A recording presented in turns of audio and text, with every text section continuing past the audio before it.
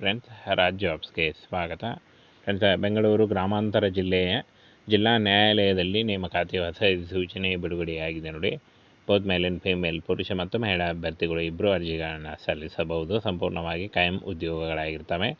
ಹಾಗೆ ಕರ್ನಾಟಕ ರಾಜ್ಯ ಸರ್ಕಾರಿ ಉದ್ಯೋಗಗಳಾಗಿರ್ತವೆ ನೋಡಿ. ಈ ಒಂದು ಹುದ್ದೆಗಳಿಗೆ ಕರ್ನಾಟಕದ ಎಲ್ಲ ಡಿಸ್ಟಿಕ್ಕಿಂದ ಕೂಡ ನೀವು ಅಭ್ಯರ್ಥಿಗಳು ಅರ್ಜಿಗಳನ್ನು ಸಲ್ಲಿಸಬಹುದು. ಬೋತ್ ಮೇಲ್ ಆ್ಯಂಡ್ ಫಿಮೇಲ್, ಪುರುಷ ಮತ್ತು ಮಹಿಳಾ ಅಭ್ಯರ್ಥಿಗಳು ಯಾರು ಬೇಕಾದರೂ ಈ ಒಂದು ಹುದ್ದೆಗಳಿಗೆ ಅರ್ಜಿಗಳನ್ನು ಸಲ್ಲಿಸಬಹುದಾಗಿರುತ್ತೆ.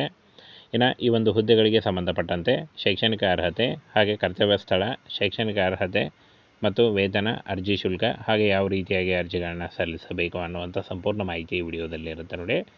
ಫ್ರೆಂಡ್ಸ್, ಇಲ್ಲಿ ಕಾಣಿಸ್ತಾ ಇದೆ ನೋಡಿ. ಡಿಸ್ಟಿಕ್ ಕೋಡ್ದಿಂದ, ಬೆಂಗಳೂರು ರೂರಲ್ ಡಿಸ್ಟಿಕ್ ಕೋಡ್ದಿಂದ ನೇಮಕಾತಿಯ ಹೊಸ ಸೂಚನೆ ಆಗಿರುತ್ತೆ. ಹುದ್ದೆ ಹೆಸರು ಬೆರಳುಚ್ಚಿಗಾರರು ಹಾಗೂ P1 ಉದ್ಯೋಗಗಳಿಗೆ ನೇಮಕಾತಿ ಇರುತ್ತೆ. ಇನ್ನು ಹುದ್ದೆಗಳಿಗೆ ಆಯ್ಕೆಯಾದಂಥ ಅಭ್ಯರ್ಥಿಗಳಿಗೆ ಬೆಂಗಳೂರು ಗ್ರಾಮಾಂತರ ಜಿಲ್ಲೆಗಳಲ್ಲಿ ಕರ್ತವ್ಯವನ್ನು ನಿರ್ವಹಿಸಬೇಕಾಗುತ್ತೆ ನೋಡಿ. ಒಟ್ಟು ಖಾಲಿ ಇರತಕ್ಕಂಥ ಹುದ್ದೆಗಳು 30 ಹುದ್ದೆಗಳಾಗಿರ್ತವೆ. ಹಾಗೇನ ಫ್ರೆಂಡ್ಸ್, ಈ ಒಂದು ಹುದ್ದೆಗಳಿಗೆ ಅರ್ಜಿ ಸಲ್ಲಿಸುವಂಥ ಅಭ್ಯರ್ಥಿಗಳು SLC PUC ಪರೀಕ್ಷೆಯಲ್ಲಿ ಉತ್ತೀರ್ಣರಾಗಿರಬೇಕಾಗುತ್ತೆ. ಡಿಪ್ಲೊಮಾ ಇನ್ ಕಮರ್ಷಿಯಲ್ ಪ್ರಾಕ್ಟೀಸ್ ಪರೀಕ್ಷೆಯಲ್ಲಿ ಉತ್ತೀರ್ಣರಾಗಿದ್ದರೂ ನೀವು ಅರ್ಜಿಗಳನ್ನು ಸಲ್ಲಿಸಬಹುದು.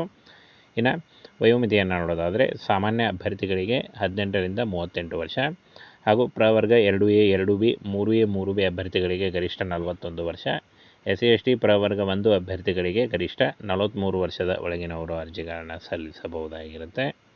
ಇನ್ನು ಆಯ್ಕೆ ವಿಧಾನವನ್ನು ನೋಡೋದಾದರೆ ಯಾವುದೇ ರೀತಿಯ ಒಂದು ಲಿಖಿತ ಪರೀಕ್ಷೆ ಇರಲ್ಲ.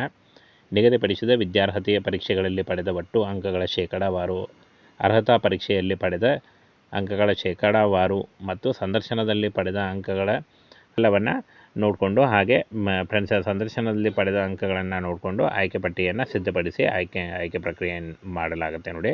ಹಾಗೇನು ನಿಗದಿತ ಶುಲ್ಕದ ಅರ್ಜಿ ಶುಲ್ಕದ ವಿವರವನ್ನು ನೋಡೋದಾದರೆ ಸಾಮಾನ್ಯ ವರ್ಗದ ಅಭ್ಯರ್ಥಿಗಳಿಗೆ 200 ರೂಪಾಯಿ ಇದ್ದರೆ, ಪ್ರವರ್ಗ 2A 2B 3A 3B ಅಭ್ಯರ್ಥಿಗಳಿಗೆ 100 ರೂಪಾಯಿ ಇರುತ್ತೆ.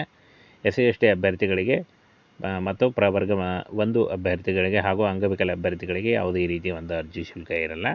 ಇನ್ನು ಶುಲ್ಕ ಪಾವತಿಸುವ ವಿಧಾನಗಳನ್ನು ನೋಡೋದಾದರೆ ಅಭ್ಯರ್ಥಿಗಳು ಆನ್ಲೈನ್ ಮೂಲಕ debit card, credit card, net banking, UPI ಮೂಲಕ ಈ ಒಂದು ಅರ್ಜಿ ಶುಲ್ಕವನ್ನು ಪಾವತಿ ಮಾಡ್ಬೋದು.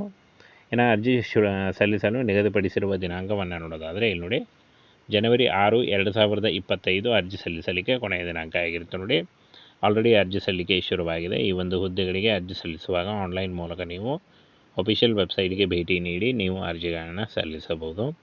ಅರ್ಜಿ ಸಲ್ಲಿಸುವಾಗ caste income certificate, Aadhaar card, ಹಾಗೆ ಒಂದು ಫೋಟೋ ಮತ್ತು ನಿಮ್ಮ ಎಜುಕೇಷನಲ್ ಡಾಕ್ಯುಮೆಂಟ್ಸ್ ಇಷ್ಟನ್ನು ತೆಗೆದುಕೊಂಡು ಆನ್ಲೈನ್ ಮೂಲಕ ಅರ್ಜಿಗಳನ್ನು ಸಲ್ಲಿಸಿ.